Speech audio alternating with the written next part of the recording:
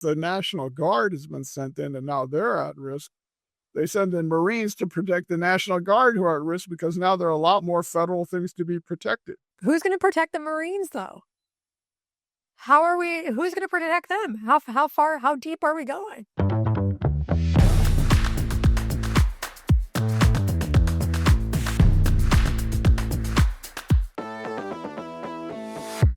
Hello, team, and welcome to Bureaucracy. I'm your host, Emily Gross, and I'm very excited today because I have Harold Hongju Koh with me, who is a professor at Yale Law School. He also was former dean of Yale Law School and was legal advisor to the Secretary of State under Hillary Clinton. So very excited to have you. And we're going to be talking about the legal issues at play with Donald Trump and his admin releasing the National Guard and Marines into California to help with ICE raids and kind of quell some unrest. So, Harold, thanks so much for being here. My pleasure, Emily. So before we begin, what are you drinking? Well, I'm drinking some tomato juice here, V8.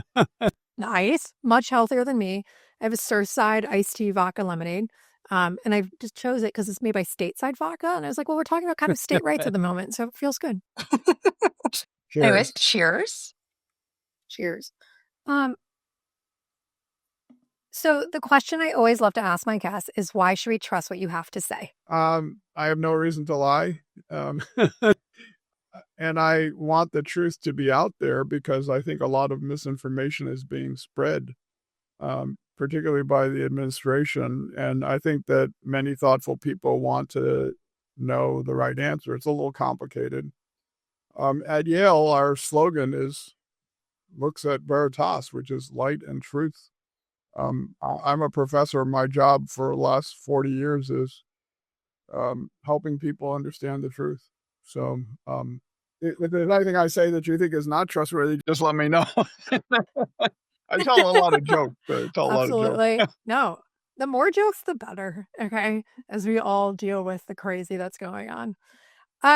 So obviously ICE has been unleashing a torment of raids and really destructive actions against immigrants in this country. And it has really stepped it up, especially in Los Angeles. And as a result, a lot of people began protesting and trying to fight against these raids. Ultimately, Donald Trump decided to send in the National Guard, and I think 2,000 National Guardsmen were deployed. Another 2,000 are currently waiting and have been told that they will soon be deployed. And I believe 700 Marines have been sent in as well, in a very unexpected and very, I don't want to say unexpected, but in a huge jump in power of federal power against state rights. And I know there's a big act that we have to talk about called the Posse Comitatus Act. And that's going to kind of help us understand both sides and why this is a really huge jump in federal powers. So would love for you to break that down and also say and talk about what the Trump admin is saying is their right in order to be able to send in the National Guard and the Marines, and what the California Governor Gavin Newsom is saying why they have no right to be doing this. Yeah, just simply put, Gavin Newsom as a legal matter is clearly correct. Just start with that. Secondly, you said that the Trump administration had decided. The question is, when did they decide? And they seem to have decided a long time ago. They wanted to do this, and they're looking for a pretext. And so they happened to choose the situation in L.A. Many people thought that they would invoke these provisions to send troops to the border, not to go into a city that has its own police force and riot control, etc. And you see this because back in Lafayette Square, in the first Trump term, there's much discussion about invoking something called the Insurrection Act. And you remember that General Mark Milley, the chairman of the Joint Chiefs, was brought out to stand next to Trump in Lafayette Square. Trump was holding a Bible. Milley was wearing his combat fatigues. And then he realized he had been duped and that he wasn't supposed to be there. and that in fact he was helping to apparently legitimate having federal forces in city streets. So he backed away from that. And then the acting Secretary of Defense, who was a guy named Mike Esper, said, we want to make clear, we did not invoke the Insurrection Act. So what does that mean? And this comes back to your key point. The default, the way that things are supposed to be, is that soldiers operate abroad to protect us against external threats. And we do not put federal military into domestic city streets. That's done by police. And that we keep these two zones separately. Now, this isn't just a convenience. This is a core constitutional principle. And it goes back to the Boston Massacre. Yeah, after the Boston Massacre, the British put all these British soldiers and militarized all of Boston and many of the other colonies as well, and set up their General Gage as a military commander and declared martial law, and did other outrageous things like breaking into people's homes and having soldiers sleep there. And so this was foremost on the minds of the people who wrote the Constitution. We want to maintain the separation between the domestic and the foreign space. And we do not want soldiers in the domestic space. They're not police officers. Now, Trump, from the beginning, has been interested in disrupting that because he is commander-in-chief and he believes that these federal forces report to him. When the National Guard is called up, it also becomes part of the national forces and therefore gives him a lot of soldiers. And he'd like to have those soldiers do various things, including, participate in parades in his honor on his birthday. Well, it could be a greater use of tax dollars. Yeah, this is what autocrats do. You see this in Red Square. You see this in the Kremlin, all these guys marching by. It's a show of... Yeah, I don't know if you just saw what happened with Senator Alex Padilla trying to ask Kristi Noem some questions during a press conference of being forcibly removed, thrown to the ground, and handcuffed. So what happened here is, and this is the most crucial point, unless the Insurrection Act is an exception to posse comitatus. It's like turning a light switch. So the normal state of affairs, Emily, is that you do not put federal troops into city streets. If you lawfully invoke the Insurrection Act, you can do that, but under very limited circumstances. So what are those limited circumstances? If a local official requests it. So obviously here, no local official has requested it. They're all objective to it. Or secondly, if there's so much domestic disturbance that civil rights are being violated and the courts cannot function. Well, here, obviously, the courts are functioning. So they understood, the Trump people, that they had no legal basis to invoke the Insurrection Act, which is the only way to turn off this principle of posse comitatus as a matter of law. So what they decided to do, and in some ways it's sneaky and clever, is to do a half measure, which is to get the troops on the ground there and then see if that creates more disruption, at which point they can invoke the Insurrection Act.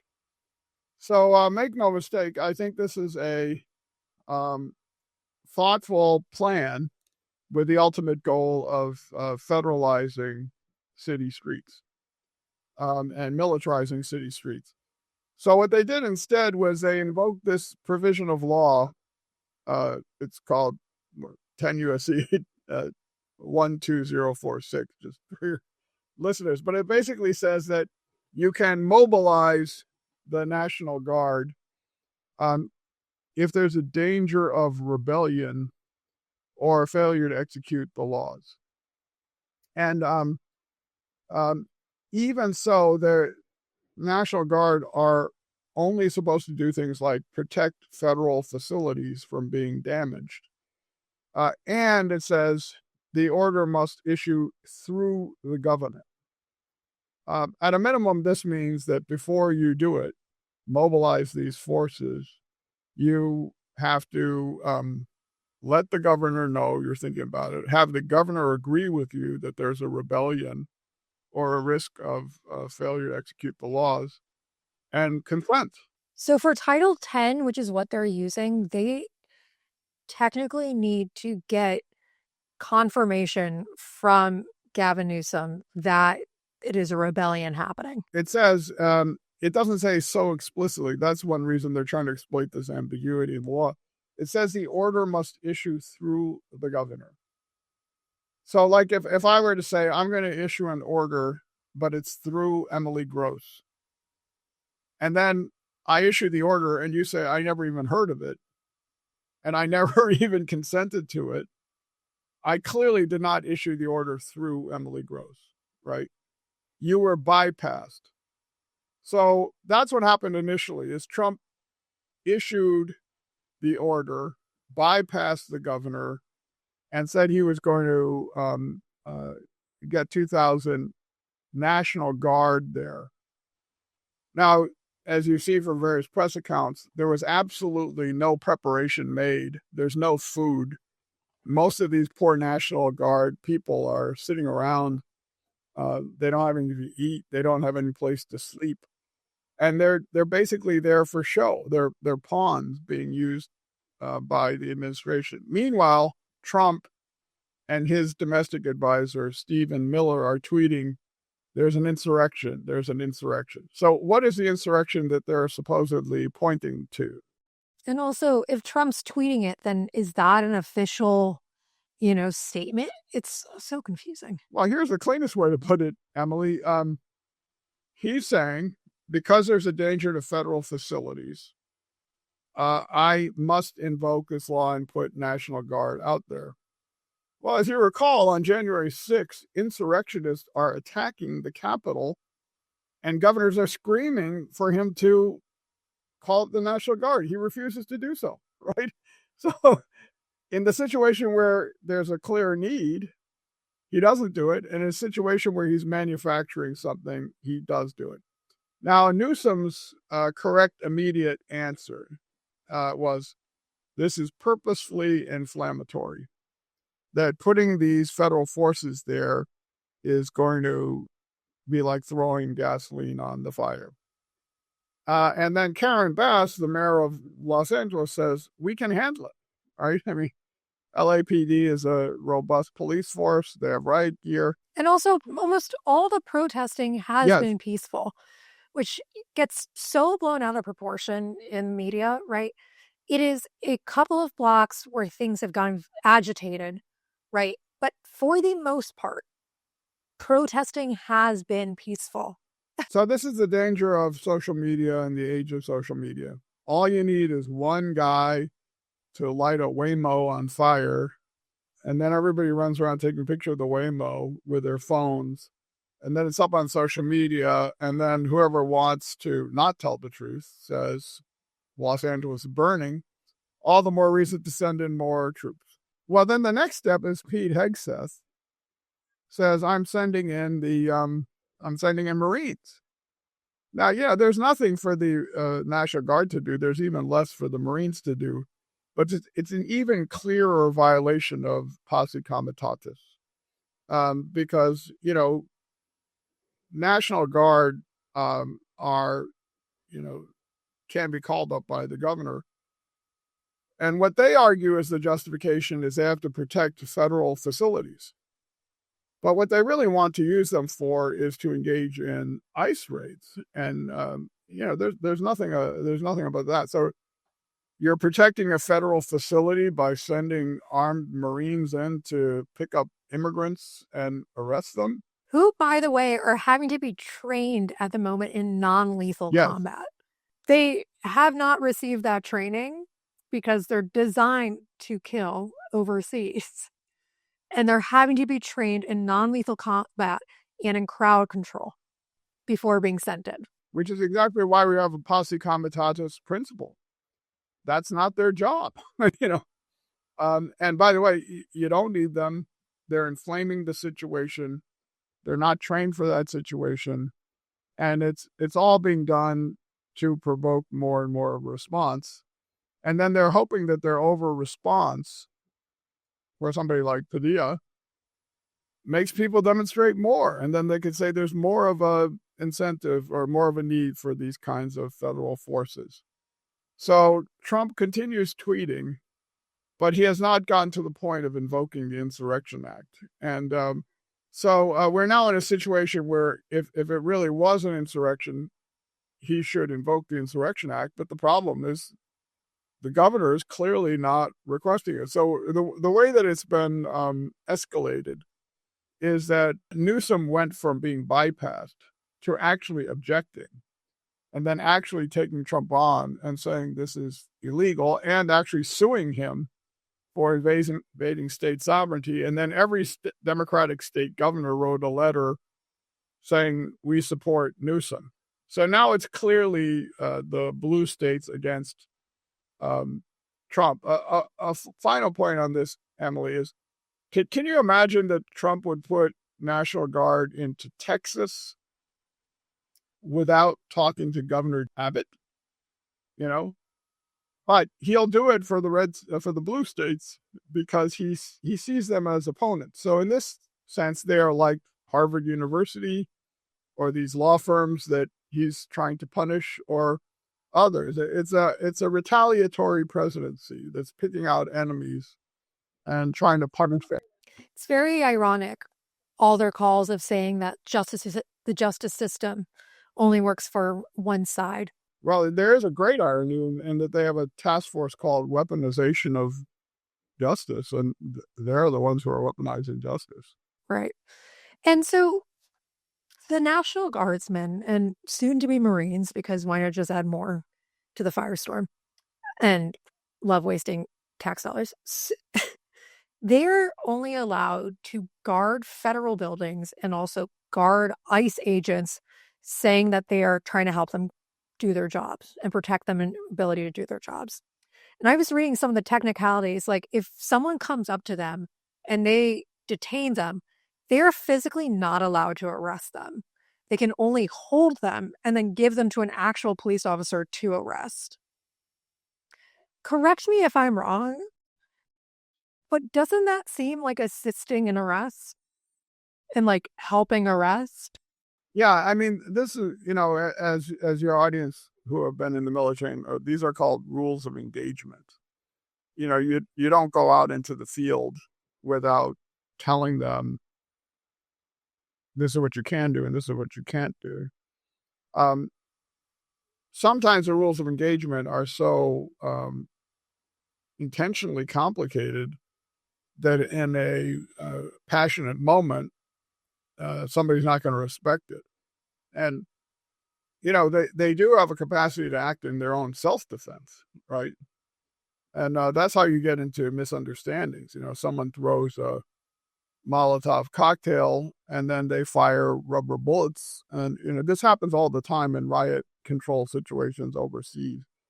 And so that's the danger, is this of escalation. Because of their presence. Their very presence is inflammatory. And, so if you start with the presumption, federal troops should not be there. Secondly, to be there lawfully, they have to meet an incredibly high bar, like the Confederacy trying to take over the government of the United States, which they can't meet, or the governor requesting it. The opposite, the governor has opposed it. Then you have a situation where, as a matter of law, there's just no basis for them to be there. So now in court, that's what Newsom is trying to establish. And they're going to seek to block this. So what Newsom asked for was that Trump rescind the order. They've now added that Hegseth rescind the order. And that once the order is rescinded, that the troops pull out. But that case has not yet been heard. It's actually being heard by the brother of the former Supreme Court Justice Steve Breyer, who's a very distinguished and competent federal judge. Interesting. All right. Well, so have to wait and see what that holds. And I was reading that part of this, I saw a headline, you're going to have to hopefully know what my brain's trying to say, which is something I struggle with in the daily. But about Trump's powers and ability to overrule states because of a certain Article 2 power in the Constitution? Yes, this is the argument about inherent presidential power. There was a case at the Supreme Court many years ago called In Re Nagel. And what happened was a bodyguard to a federal judge was attacked. And then the question was, could they bring in federal forces to protect the judge against future attack? And the Supreme Court wrote this opinion which said, the president, as the executive power of the United States, has some inherent power to protect federal people and federal entities from attack, as long as he limits what he's doing to protection. Then it was invoked to protect people riding on a federal train. You know, a train moves through many states, and people were trying to disrupt that by a strike and other kinds of things. And the question was, could you have soldiers on train to make sure that it doesn't get blocked? And they lumped that into the same power, and it's been called the federal protective power. Now, that's the reason why they have these complicated rules that they have to stay near these federal facilities, because you're not exercising the federal protective power. Okay. So if you're around a federal building and people are coming to burn it down and you stop them, that looks like an example of exercising this limited federal protective power. But if you're out on the streets, right behind police officers and chasing after people and saying you're going to be put into immigration detention, that has nothing to do with protecting federal officers or federal facilities. Now, in 1971, the Justice Department issued an opinion that, again, mentioned this inherent protective power. And then Bill Barr, when he was Attorney General in the first Trump administration, also issued an opinion mentioning it. It's not really been tested in court for many years, and the executive branch has tended to state this in a kind of overblown way. So that's one of the issues that will get tested when they do get into court, is has the executive branch been reading this to give itself too much power? I feel like we know the answer is yes, but we'll see what the Supreme Court says, probably. Put it this way, say you're in a town that there's one federal building and you have 10 police officers. Can the 10 police officers, local police officers, protect that building? Of course they can. Now, what if you put in 1,000 federal soldiers and there's a riot going on, and then they start attacking the federal soldiers, and then you put in more federal soldiers to protect the first group of federal soldiers? Suddenly there's a lot more federal protection going on. So that, it's a bootstrapping. It's the idea that somehow, because the National Guard has been sent in and now they're at risk, they send in Marines to protect the National Guard who are at risk, because now there are a lot more federal things to be protected. Who's going to protect the Marines, though? Who's going to protect them? How deep are we going? Yeah, and all of this is against the background that, on January 6th, 142 Capitol Police, Capitol Police work for the federal government. They're getting killed. And, they were all pardoned. So no matter how violently they behaved. So, to me, this is amazingly hypocritical. Right. And the last time the National Guard was sent in without request from the governor was in 1962. 1965, yeah. 65. The school board, Brown versus Board of Education, desegregation cases in 1954. And then the question was, could they integrate the schools in Little Rock? And that's when they came in. But the cases, what's interesting is that during this period, it's kind of sad, actually. In some of these periods, the Attorney General was Robert F. Kennedy Sr., not our current Robert F. Kennedy. And he wrote opinions saying, unfortunately, he doesn't say unfortunately, he says the conditions don't exist to trigger the insurrection. And those are situations that were much more violent and extreme than what we're facing now. So if that wasn't sufficient, why is it what going on now be sufficient? But we have a different Robert Kennedy now. Sure do. And how lucky are we? Well, Harold, anything else you would want to touch on? I feel like this is a great overview of the situation at play. Yeah, no, it's complicated, and but it's clear. Yeah, this is a complete violation of federal power and so unnecessary. Well, let me give you an example. Unnecessary. This is from my personal life. I have family members who live in San Francisco, and they tell me that in the paper that people are marching in peaceful demonstrations in San Francisco. And I learned they're marching near where my relative live. So I wrote them a note. Don't go outside. Don't leave your car on the street. Don't get involved with either side, because they're looking for a fight. Some people are always nuts, and, don't get in a Waymo, because, somebody might decide, I'm going to make my point by throwing a Molotov cocktail into a Waymo. And if you happen to be an average person taking a Waymo or an Uber, you're in trouble. And, our relatives wrote back.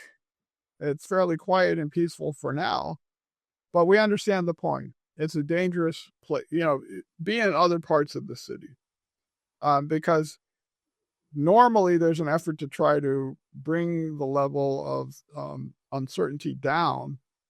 Here you have on both sides, there are some people who are clearly, most people are peacefully protesting, and for good reason, in my view.